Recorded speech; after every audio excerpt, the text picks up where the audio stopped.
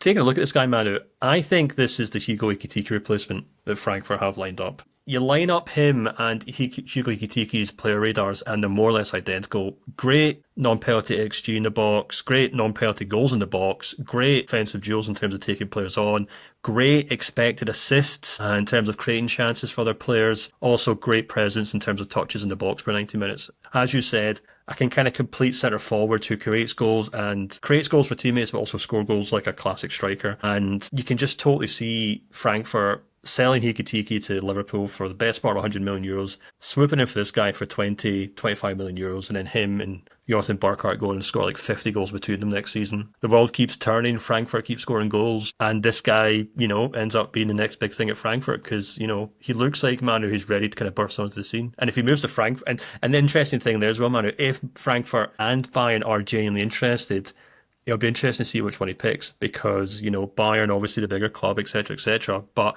Frankfurt now have this gravitational pull and they've got this very quickly have established this very proven track record for strikers. And that his agent or his family or whoever guides him can quite convincingly say to him, look, you can go to Bayern, you'll make a lot more money, you'll sit on the bench, and you'll probably end up at PSV in a couple of years. Or you can go to Frankfurt, you'll probably start once they sell Ekitike to Liverpool, and before you know it, in a couple of years, you'll be off to the Premier League because Tottenham spent 90 million euros on you.